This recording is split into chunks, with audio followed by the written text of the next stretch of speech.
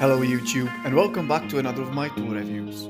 This time I would like to talk about this Titan nailer or a stapler which I brought from Screwfix.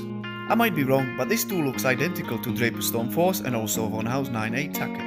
And I wouldn't be surprised if they all made in the same factory.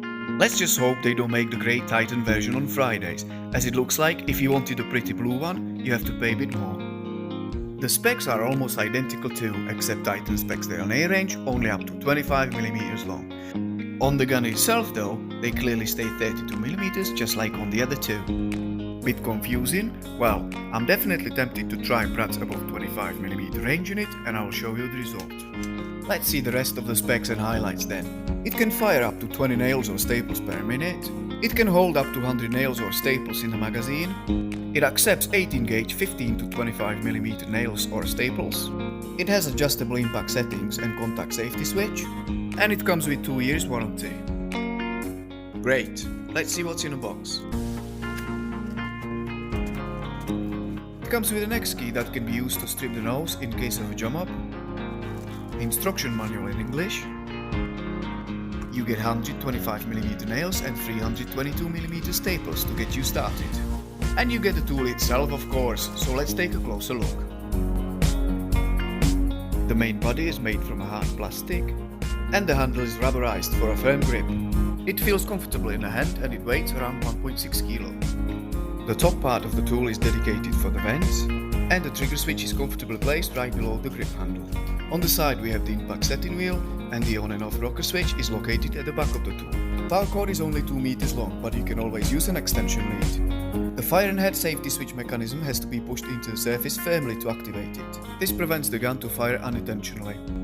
The side-loaded magazine is all metal construction and it has a lever at the back to open it up. Staples are loaded into the chamber against the top edge and around the crown, whereas the nails are placed at the bottom edge of the chamber. The marking on the side then gives you an idea of a fastener size loaded.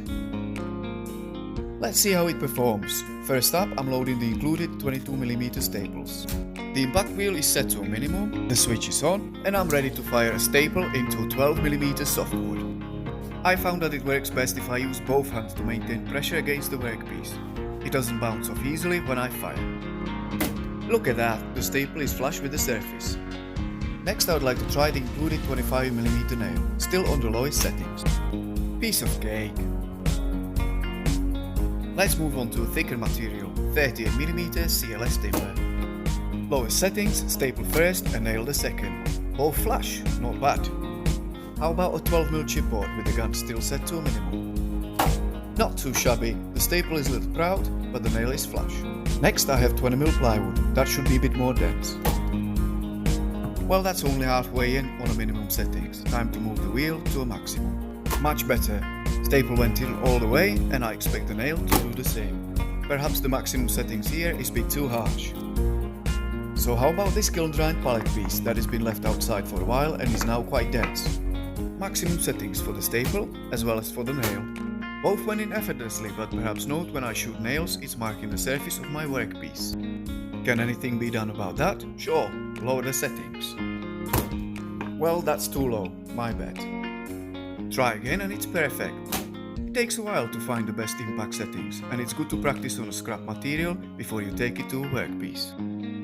The gun is rated to shoot 20 fasteners per minute and it's time to see if it gets any close to that. I'll set myself a 1-minute timer and off I go.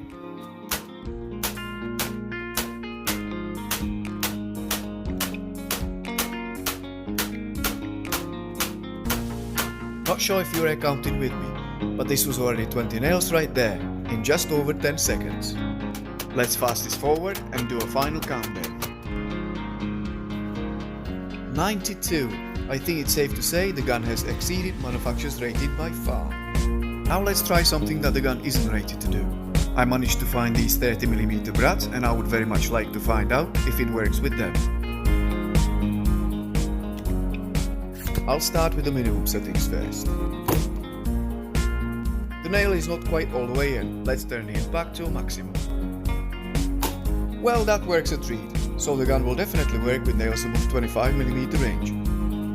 Easily, as I've used these in this gun while building my jointer and other projects. If you'd like to see a full video, follow the link at the top or visit my channel. So let's wrap this review up.